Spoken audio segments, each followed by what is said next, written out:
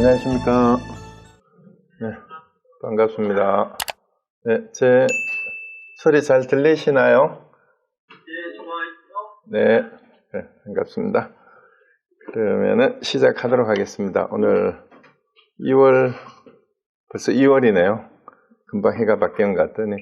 지난번에는 이제 수신결 본문 정정본 첫 번째 질문이 우리 본래 마음 성품을 보면은 되는데, 그 마음이라고 하는 것이 우리 몸 안에 간직하고 있는 건데, 왜 우리는 자기 성품을 보지 못하느냐, 견성을 하지 못하느냐. 우리 몸 안에 우리 불성이 있다면 거기에서 이제 이견왕하고 그다음 기종화상의 제자가 이제 견성을 하는 과정을 이제 대화를 통해서 아주 심플했죠, 그죠?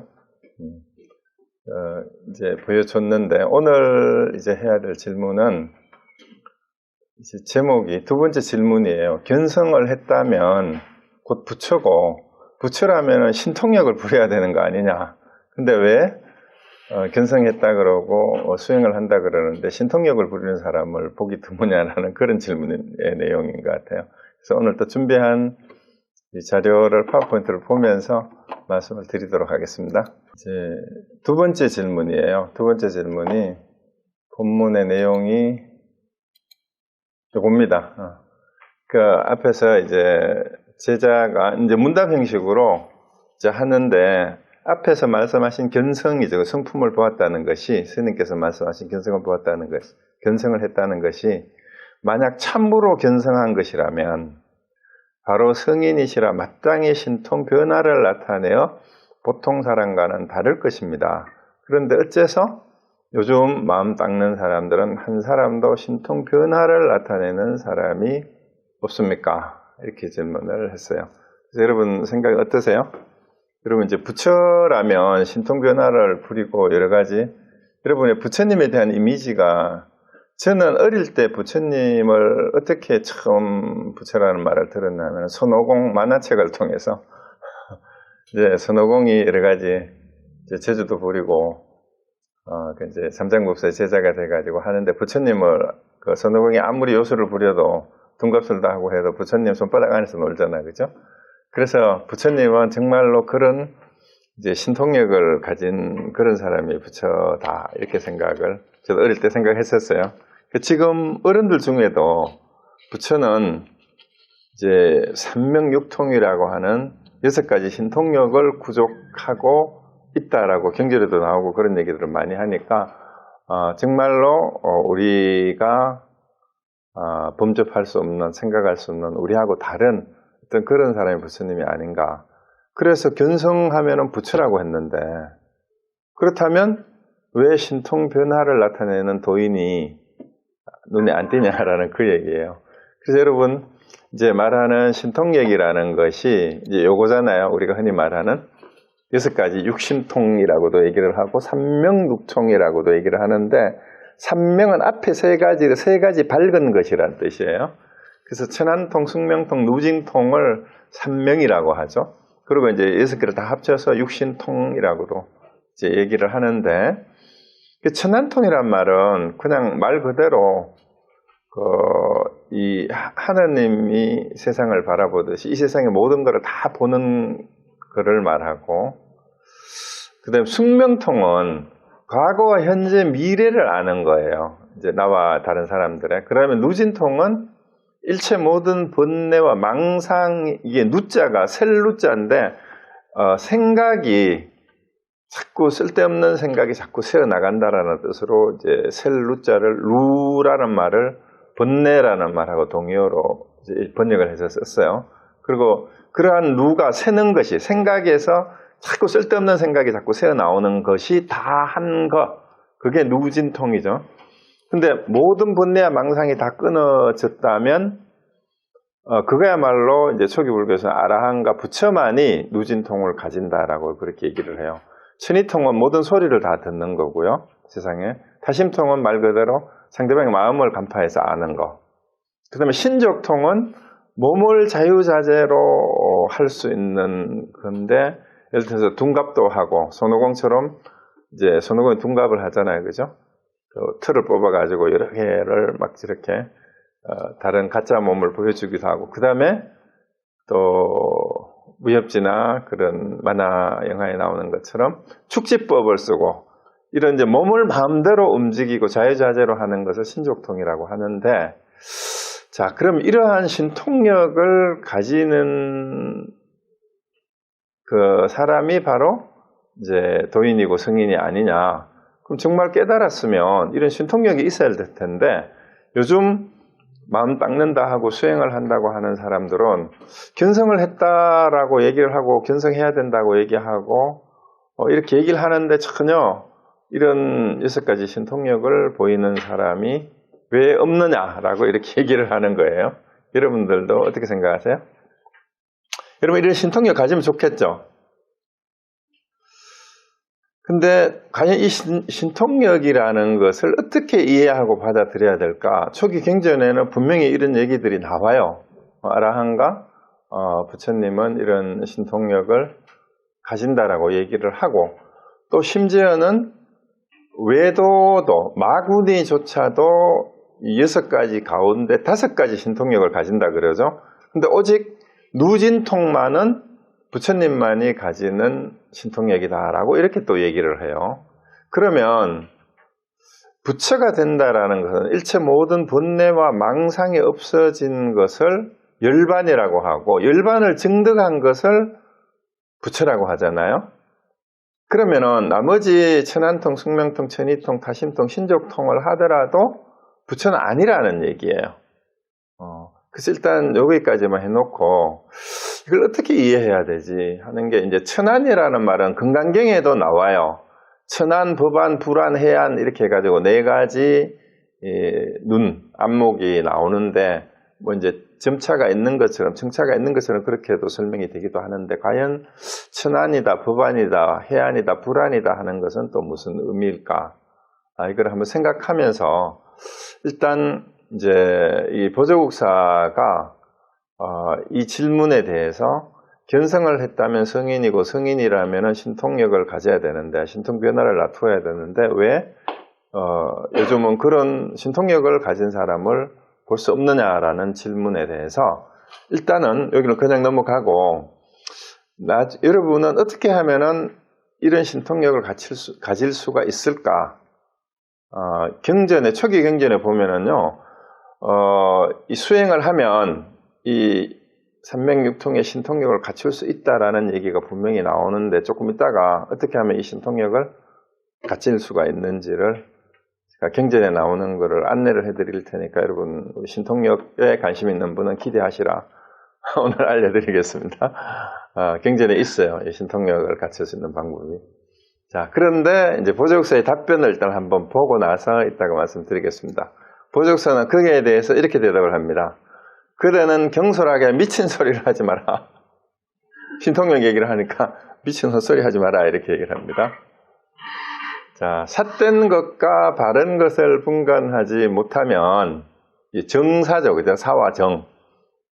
삿된 것과 바른 것으로 이렇게 분명했어요. 정사를 분간하지 못하면 이는 미혹하여 뒤바뀐 사람이라는 뜻인데, 미혹하고 혹하고 이제 미도지인이라고 한자로 그렇게 번역했는데, 미혹하고 전도된 사람이라는 뜻이에요.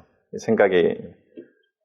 그러니까 미혹이라는 말은 우리 논어에도 보면은 몇 살에 불혹이라 그러죠? 나이 40살이 되면 불혹인데 40이죠. 그죠? 40살.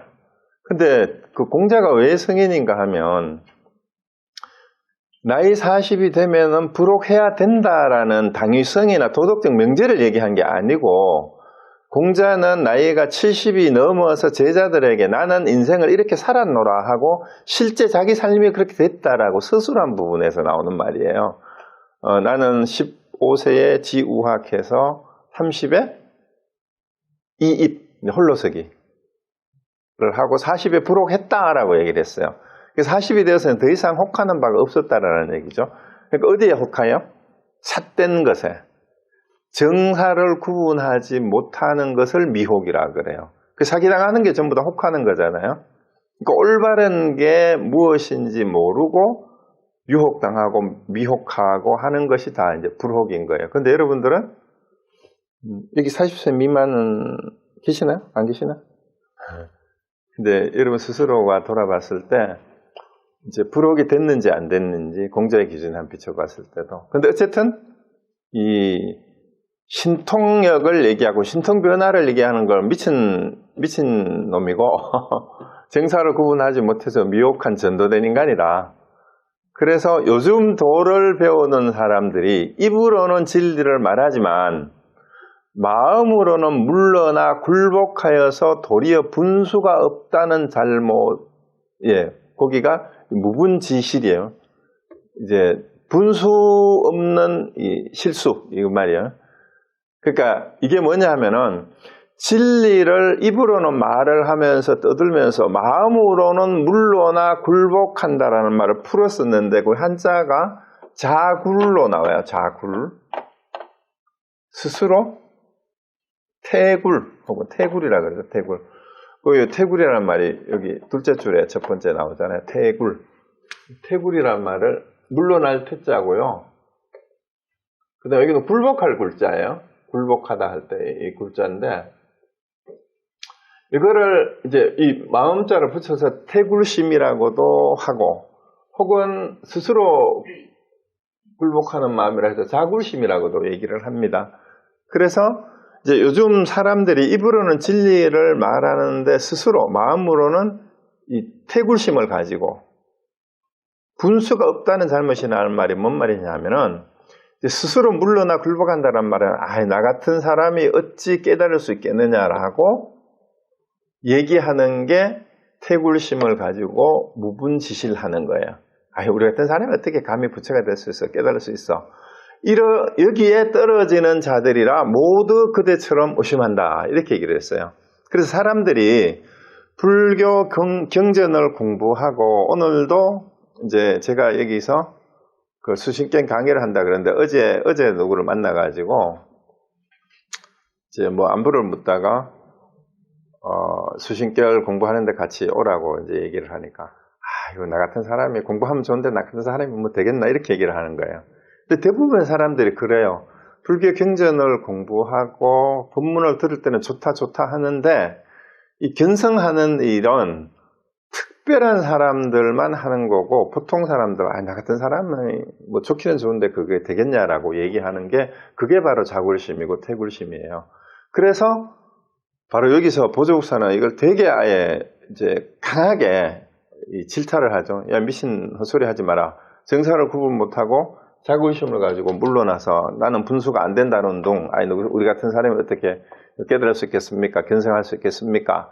하는 사람들이 전부 다 견성하면 신통력을 부려야 되는데 이러면서 의심을 한다라는 거예요. 그래서 왜 이런 보조국사가 이제 견성하면은 부처고 부처는 신통력을 가져야 되는데 왜 그런 사람이 없습니까? 라고 이렇게 물어보니까 이제 이걸 강하게 타박을 하면서 부처라고 하는 것에 대해서 잘못 알고 있는 것을 먼저 분명하게 아주 강하게 이렇게 이제 꾸짖으면서 호통을 치고 있어요. 그래서 우리가 대부분이 그 불교 공부를 하면서도 아니면은 동양의 뭐 다른 동서양의 유불선의 경전이든 아니면 기독교 성경도 괜찮아요. 공부를 하면서 내 스스로 성인이 될 수 있다는 생각을 하지 않고 그냥 성인들의 말씀을 듣고 내 마음의 위안을 좀 받았으면 좋겠다라는 수준에서 요즘 좀 전문적인 용어로 얘기하면 사는 게 너무 힘들고 스트레스도 많고 그러니까 그냥 힐링을 좀 했으면 좋겠다는 수준에서 다들 머문다 이 말이에요. 내가 깨달아서 나도 성인이 될 수 있다는 생각을 못하는 사람들이 대부분이라는 거죠. 자칭 불자라고 하면서도 그래요.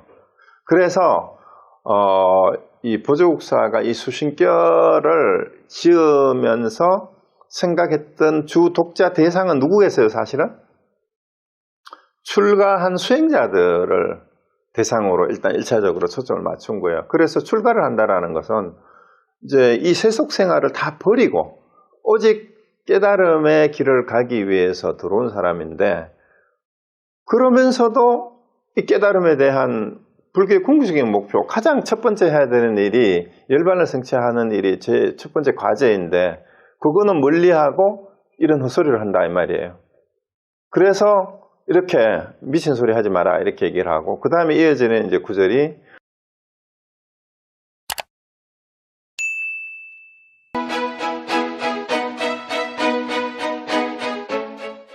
도를 배우면서 앞뒤를 알지 못하고 이 선우를 모른다는 거죠. 진리를 말하면서 근본과 지말이니까 이제 본말이에요. 본말.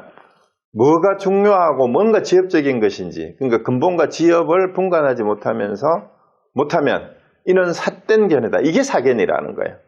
뭐가 중요하고 뭐가 지엽적인 것이, 뭐가 1차적이고 중요한 것이고 뭐가 부차적인 것인지. 그리고 닫고 배우는 거, 수학이죠. 수학한다 그러잖아요. 닫고 배우는 것이라고 하지 않는다. 그런 거는. 그래서 정말로 도를 깨닫고자 하고 진리를 알고자 한다면 이런 삿된 견해를 지으면 안 된다라는 거예요. 그런 거는 공부하는 게 아니라는 얘기예요. 수행도 아니고. 그래서 이는 자신만 그르칠 뿐만 아니라 남도 잘못되게 만드는 것이니 어찌 삼가지 않을 수 있겠는가 이렇게 얘기를 했어요. 그래서 정말로 불법을 전한다면 깨달음과 열반의 길이 어떤 것인지를 안내해 줄 수 있는 사람이라야 불법을 전하는 사람이고, 그렇지 않고 나도 뭐 깨닫지 못했는데 우리 같은 사람 깨달을 수 있겠어요 하면서 모여가지고 공부하는 사람들이 있는데, 이런 사람들이 전부 다 헛소리하고 쓸데없는 시간 보내는 거다 이 말이에요. 그 사견을 가지고 무리를 지어서 공부한다고 하지만 그건 전부 다 닫고 배우는 게 아니다 라고 이렇게 얘기를 하는 겁니다. 그래서 그런 사람들은 자신만 그르칠 뿐만 아니라 왜? 스스로도 쓸데없이 시간 내가지고 시간 낭비하는 거고, 그 다음에 남들도 올바른 길로, 올바른 길이라는 게 뭐예요? 견성하는 거예요, 견성. 그거를 제대로 안내하지 못하고 남도 잘못되고 평생 뭐만 만들어요? 평생 추종자만 만들어. 신도만 만들어. 아니면은 사교 모임에서 시간 낭비하게 만들어요. 그 쓸데없는 이제 경제적으로도 시주만 한다고 그러고 이런 식으로 그런 일을 불사라고 해서 하고 있는 이런 짓들을 하고 있는 거다 이 말이죠. 그래서 보조국사가 하는 얘기가, 야 깨달은 사람은 신통력을 부려야 되는 거 아닙니까? 그러니까 야 미친 헛소리 하지 마라. 바로 신통력에 대한 잘못된 생각을 가지는 것이야말로 스스로 우리 같은 사람이 그런 신통력도 없는데 우리 같은 사람이 어떻게 되겠습니까? 이렇게 얘기하는 것이야말로 사견이니까, 그러면은 자기 자신만 망치는 게 아니라 주변에 불교에 관심 있는 다른 사람들까지도 다 망치는 짓이니까 쓸데없는 헛소리 하지 마라, 미친 소리 하지 마라 이렇게 얘기하는 겁니다. 자, 그 다음에 이어서 이제 얘기합니다. 그렇다면 어떤 게 진짜 진정한 수행과 공부냐 수학이냐 이렇게 얘기를 하는 겁니다. 대체로 도에 들어가는 문은 많지만 요약해서 말하면 도노와 점수의 두 문을 벗어나지 않는다 이렇게 얘기를 해요. 그래서 여기서 이제 수신결의 주제인 도노 점수가 이제 처음 나옵니다. 그런데 여기서 이제 분명하게 얘기를 이렇게 하죠. 비록 도노하고 점수의 두 문을 벗어나지 않는데 비록 도노 돈수가 최상근기가 들어가는 것이라고 하지만 과거를 미루어 보면 여러 생 동안 깨달음의 의지에 닿고 점차로 익혀오다가 금생에 이르러 듣고 곧 활짝 깨달아 일시의 모든 것을 마치는 것이니 실제로 논하면 이건 역시 먼저 깨닫고 뒤에 닦은 근기이다. 이렇게 해서 이제 보조국사는 자기가 생각하고 있는 도노 점수설을 여기서 분명하게 먼저 얘기를 해요. 그런데 일단 여기서 우리가 도노하고 점수에 대한 얘기가 계속해서 나와요. 이번 주 다음 주도 나오고 하는데, 일단 이제 도노는 말 그대로 돈자가 활짝 문득 몰록 이런 식으로도 번역을 하기도 하는데 한꺼번에 갑자기 이런 뜻도 있어요. 그러니까 금방 활짝 바로 그 자리에서 바로 깨닫는 거를 이제 한꺼번에 깨닫는 걸 도노라고 하고, 점은 이제 돈하고 점이 대비되는 이제 말이에요. 점은 점차로 이 말이에요. 점진적으로 점차로 닿는다 이러는데, 사실은 이 도노 돈수라는 말을 여기서 이제 했는데 우리가 현실에서 봤을 때 한꺼번에 활짝 깨닫고 그 다음에 닦아 활짝 닦는다라는 이런 말을 도노돈수라고 쓰는데 여기는 이제 도노점수라는 말이 나왔어요. 그런데 이게 여러 가지 조합이 가능해요. 이게 중요한 거는 깨달음과 닦음이잖아요. 요거는 이제 깨달음이고 오자는 깨달음이고 깨침이라고도 쓰기도 하고 요거는 닦음인데 수행이에요. 근데 일단 요 차이가 뭐냐 하면 깨달음이라는 거는 오자는 깨달을 오자인데 아는 거야. 아는 거 암 증득이고 요거는 수행이고 실천이죠. 그러니까 오와 수의 관계를 어떻게 보느냐에 따라서 어떤 사람은 우리가 이렇게 생각할 수도 있어요.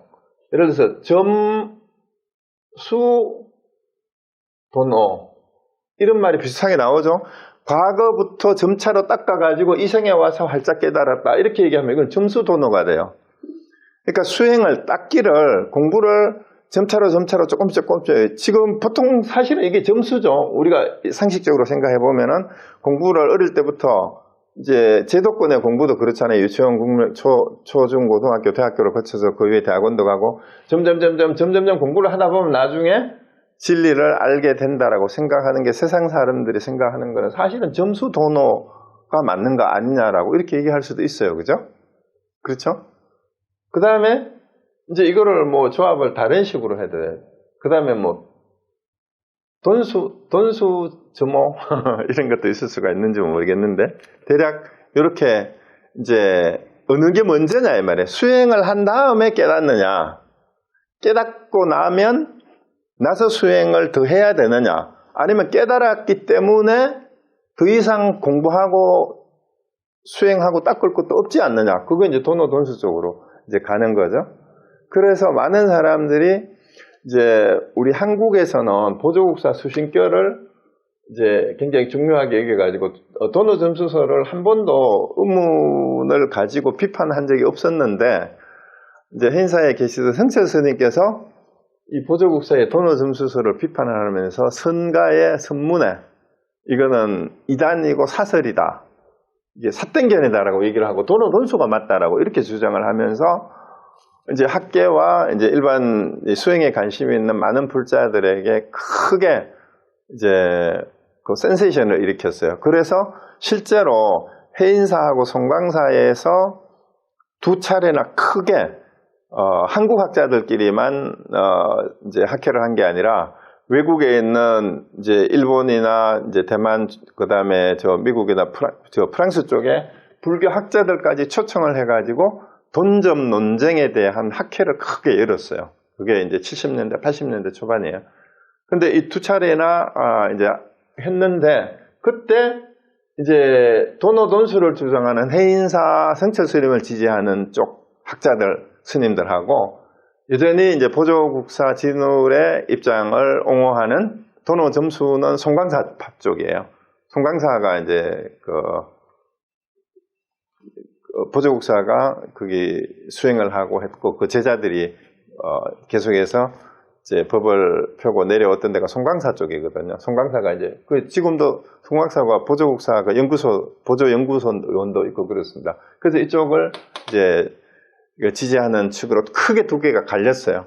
그리고 그 논쟁에서 또 흥미를 끌었던 발표자 중에 한 분이 뉴욕 스토니브룩에 있는 박성배 교수님이 이 양쪽을 다 비판을 하면서 두 개를 같이 회통을 해야 된다는 또 주장을 했어요.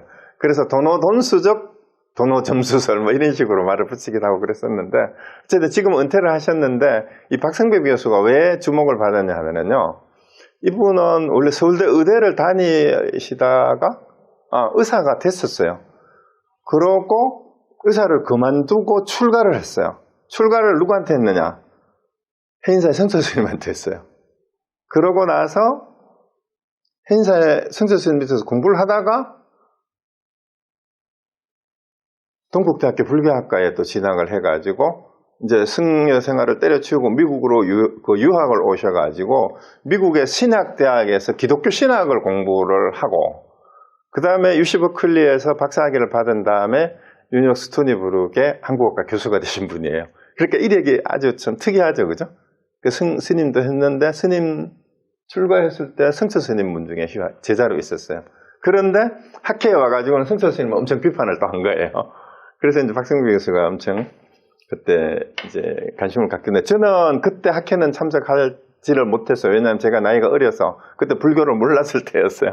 나중에 그 학회 자료집이 책으로 나온 게 있는데 제가 석사과정 다닐 때 해인사에서 나오는 그 불교 논문집이 나와요. 지금도 나오는지 모르겠는데 그 백년 불교 논총이라고 해가지고 이제 불교 논문집이 나오는데 그때 대학생이나 학자들을 대상으로 이제 원고 투고도 받고 그때 마침 논문 공모를 한다 그래가지고 제가 돈전 논쟁을 주제로 하는 논문을 프로포저를 백년 불교 논집에 그 해인사 그 편집위원회에서 공모하는 대로 보냈더니 프로포절이 제가 당선돼가지고 논문을 하나 썼어. 그게 백년 불교 논집 8집에 돈전 논쟁에 관한 제 논문이 실려 있어요. 궁금하시면 도서관에서 한번 찾아보세요.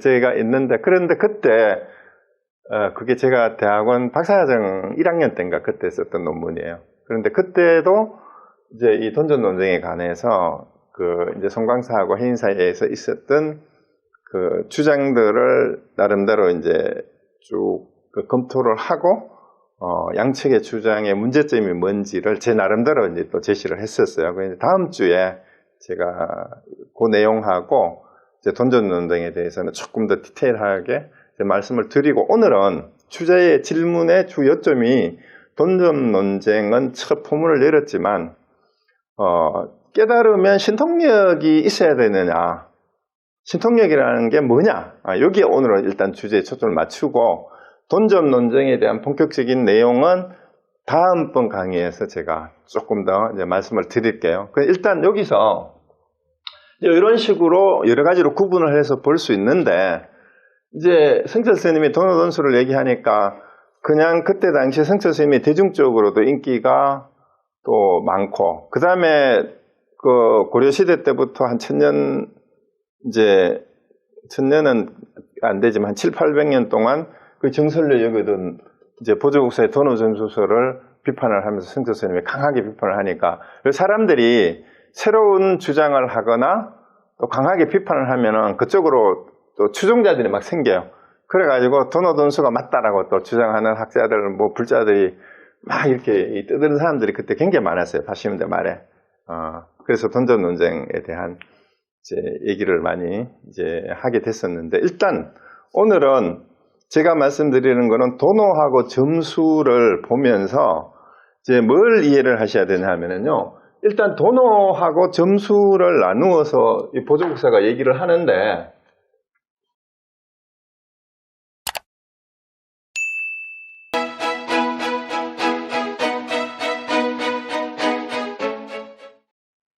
이 앞에 돈오를 빼도 되는데 일단 이 수행하고 깨달음의 일을 보면 이 깨달음의 세계는 어떤 세계냐 하면은요.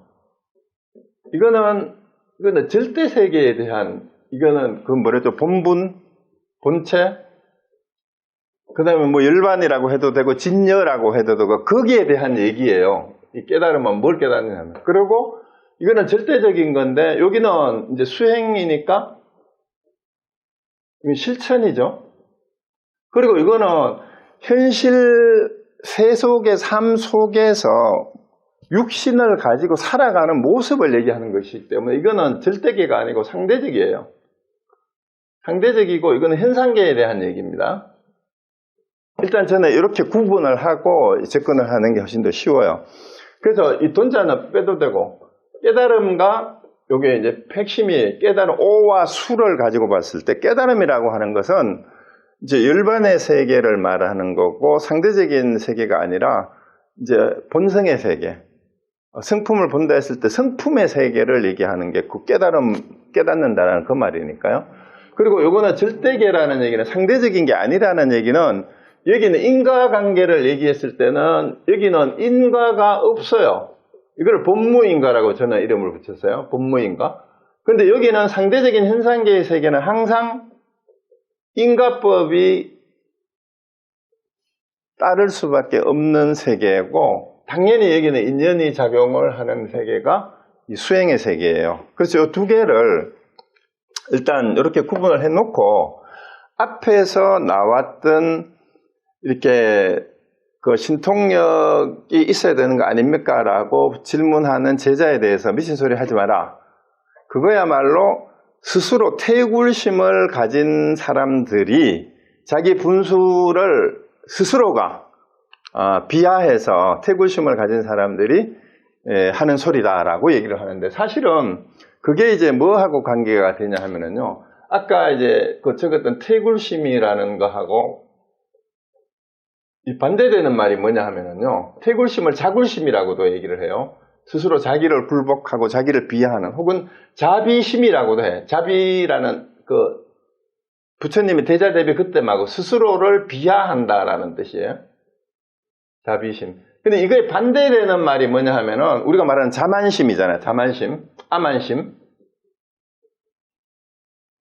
여기 신방변에 들어가야 돼. 아니면 자고심이라고도 얘기를 해요. 자기 스스로를 높이는 거, 혹은 자시라고도 얘기를 하고. 자, 그래서 경전에 보조국사의 정예결사문에 보면은 무슨 구절이 나오는가 하면은요, 정예결사문에 보면은 이제 부자굴 부자시라는 말이 나와요. 부자굴 부자시.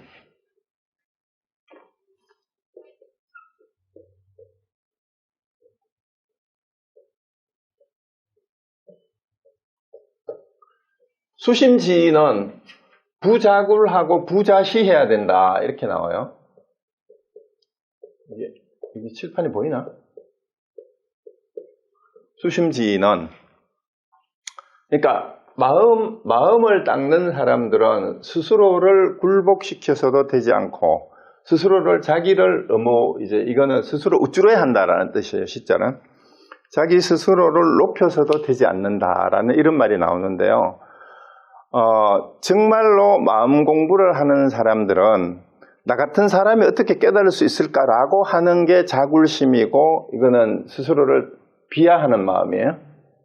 그러니까 이런 마음을 가져도 되지 않고, 아니면은 조금 한번 약간의 깨달음이 있어서 뭔가 공부를 하다가 보니까 자기 마음에 와닿는 게 있어서 완전히 깨달았다고 착각하는 수가 있어요. 공부를 하다가 보면 이제 나 공부를 좀 하다가 보니까 야, 이 정도면 내가 알 거 다 알았다라고 생각을 해서 자기는 도노했다고 생각을 하고 나는 다 안다라는 스스로를 높이는 마음, 이게 자시 혹은 자고 혹은 자만심이에요.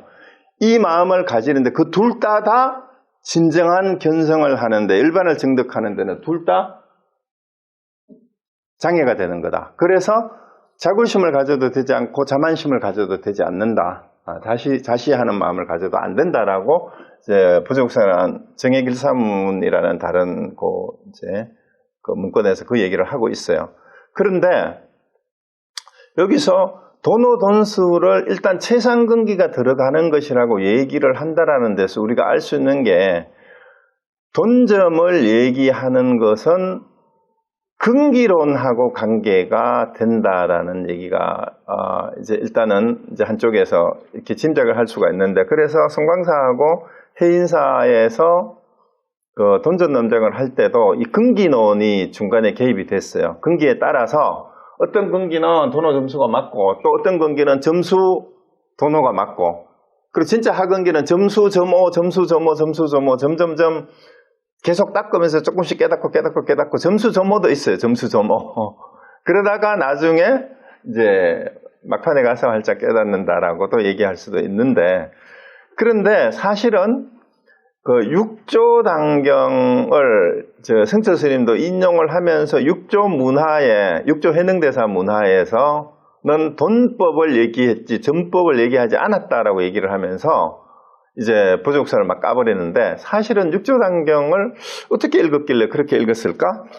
나는 이제 좀 이상해서 육조단경을 제가 찾아보니까, 육조단경에는 분명히 뭐라고 나와 있냐 하면, 육조단경에 그 해당 구절이 이런 구절이 나와요. 법 무돈정.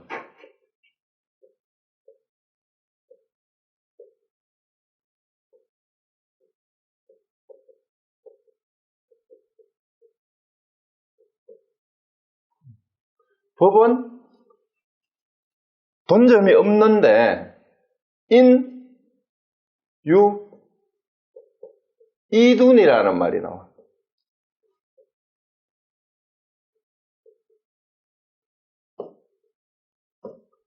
자, 법에는 돈과 점이 본래 없다는 거예요. 법은 돈점이 없어요. 돈점이 없는데 사람에게는 뭐가 있대요? 요 이자는 예리한, 샤프한 이런 뜻이에요. 사람에게는 영리하고 둔한 게 있다 이 말입니다. 사람에게는 영리하고 둔한 게 있대요. 이게 바로 근기하고 연결이 되는 거죠. 그러니까 영리한 사람과 둔한 사람이 사람한테는 이 상대적인 차별이 있다라는 얘기 같아요. 그래서 법은 원래는 돈과 점을 논할 수가 없는 건데 사람에게는 영리함고 날카롭고 둔한 것이 있기 때문에 돈점을 얘기한다라는 그 얘기예요. 그러면 돈점이라는 얘기는 어디에만 해당이 되는 거예요?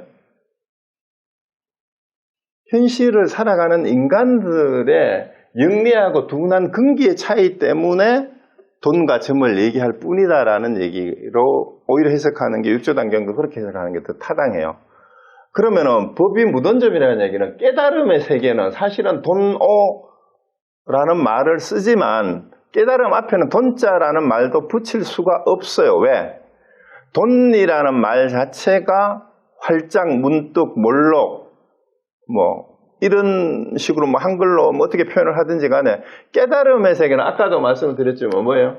여기는 인과가 원래 없는 세상이기 때문에 시간과 공간 개념에 의해서도 구속되지 않는 세계가 열반의 세계고 깨달음의 세계예요. 그러니까 사실은 돈어라는 말도 붙이면은 이거는 형용모순이 돼요, 사실. 그래서 법에는 돈점이 없다라고 얘기하잖아. 돈점이 별로 없다. 그러면 돈오라고 했을 때는 법을 얘기하는 것이 아니고 뭐예요? 인간의 둔하고 예리한 인간들에게 쓸 때만 돈점을 얘기할 수 있다라는 그런 얘기가 되고, 그러면 돈점이란 말 자체가 두 개가 뭐예요? 상대적인 거잖아.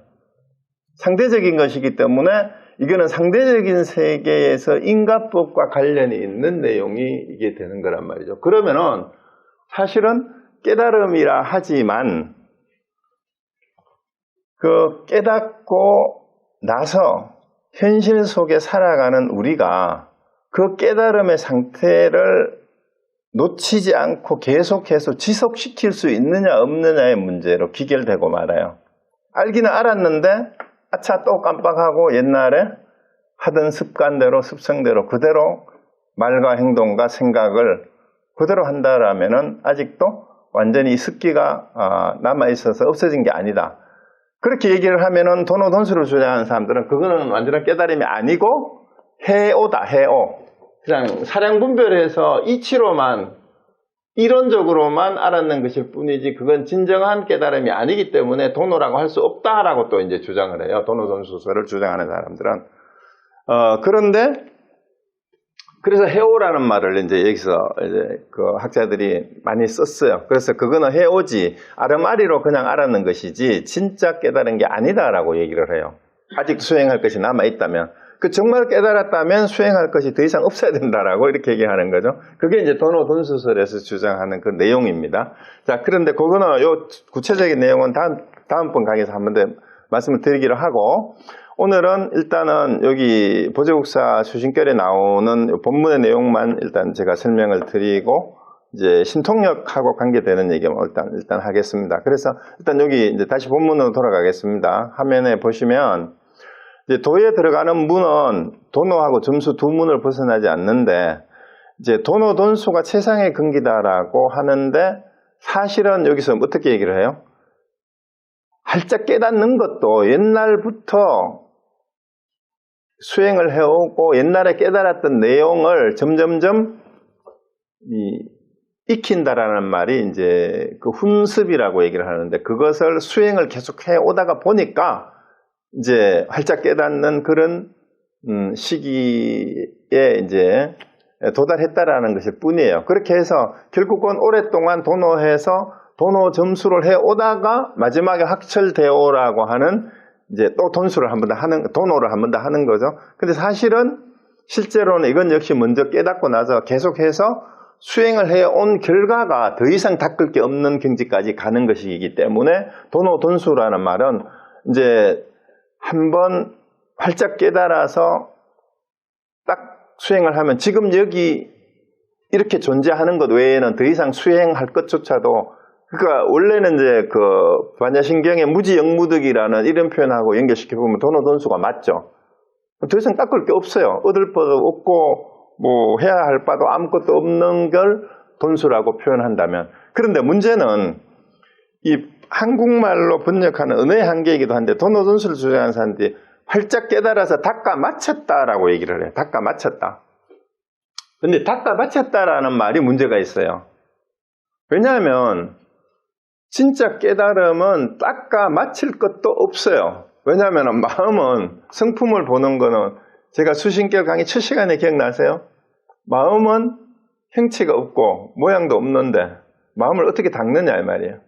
마음을 닦는다는 말 자체가 허물이에요. 마음은 닦을 수가 없어요. 그래서 마음은 본래 닦을 게 없다라는 걸 아는 것이 진짜 깨달음인데 닦아 마쳤다라고 돈수를 해석하면 닦아 마칠 게 없는데 뭘 닦아 마치냐 이렇게 하고 이제 다시 원점으로 되돌아가 버려요. 그래서 일단 여기서 보조국사의 주장은 일단 주장만 봅시다. 맞나 틀리나 논쟁이 어떻게 갔느냐는 다음에 보고 그래서 이거 도노돈수라는 것도 사실은 알고 보면 실제로는 깨닫고 난 다음에 계속 수행을 하다가 금생에 이르러서 결국은 도노를 한 거다. 다시 이렇게 얘기를 했고요. 그 다음에 그래서 이제 부연 설명을 하는 거죠. 그렇다면 이 도노와 점수의 두문은 모든 성인이 밟아온 길이다. 그러면은 심지어는 부처님의 전생담 얘기를 들어봐도 그래요. 그렇다면 일체 성인이 도노와 점수를 하지 않은 성인은 한 명도 없다라는 얘기가 되는 거예요. 그래서 옛날부터 모든 성인들이 먼저 깨닫고 뒤에 닦지 않은 분이 없으며 깨닫고 나서 이제 거기 더 이상 흐트러지지 않게 계속 갖는 거죠. 그 닦음에 의하여 증득하신 것이다.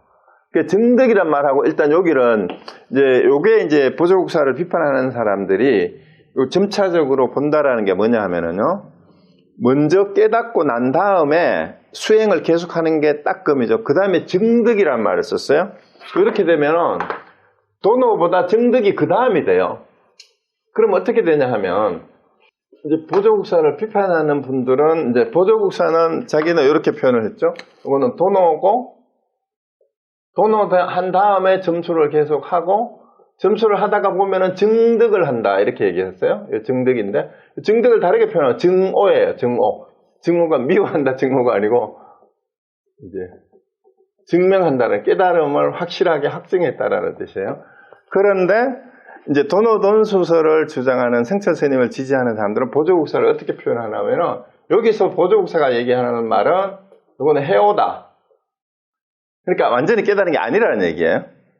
그러고 점차로 닦아서 마지막에 증오하는 이것을 도노라고 하는 거지. 이건 이제 도노선수설을 주장하는 거예요. 이제 보조국사는 앞에서 보조국사 말하는 도노는 진짜 도노가 아니고 이거는 해오일 뿐이다. 그 이치로 그냥 깨닫는 것일 뿐이고 그 다음에 닦아서 드러나는 것 도노전수설에서 말하는 보조국사의 깨달음이라는 것은 진짜 깨달음이 아니다. 이렇게 이제 비판을 해요. 그래서 이제 요 논리 구조가 요 구절이 이제 비판받는 내용입니다. 먼저 깨닫고 뒤에 닦고 돈오 후 점수죠. 그 다음에 그 점수를 참차로 해서 증득은 완전히 이제 그 깨달음의 내용이 삶 속에서 확실하게 증명이 되는 그걸 증득이라 그래요. 이런 구조로 된다라고 보조국사는 얘기를 한 거예요. 그 다음에 이른바 신통변화는 이제 신통변화가 다시 나와요. 질문이 신통변화였기 때문에 깨달음에 의지하여 닦고 점차로 익혀야 나타나는 것이지 깨달은 즉시 나타나는 것이 아니다. 자 그러면은 이 구조를 보면은 이제 보조국사가 뭐예요? 자 신통변화를 얘기하니까 미친 헛소리 하지 마라. 그거는 사땡결에다 얘기를 해놔놓고 그러면은 보조국사는 요 구조를 보면 뭐 같아요? 신통변화는 깨달음에 의지하여서 도노 점수를 계속 하다가 보면 뭐예요? 나중에 신통변화가 나타난다라는 거잖아요. 자, 그러면 여러분 신통변화를 또 기대하고 계속해서 수행을 해 나가겠습니까? 자, 어떻게 수행을 해야 되느냐?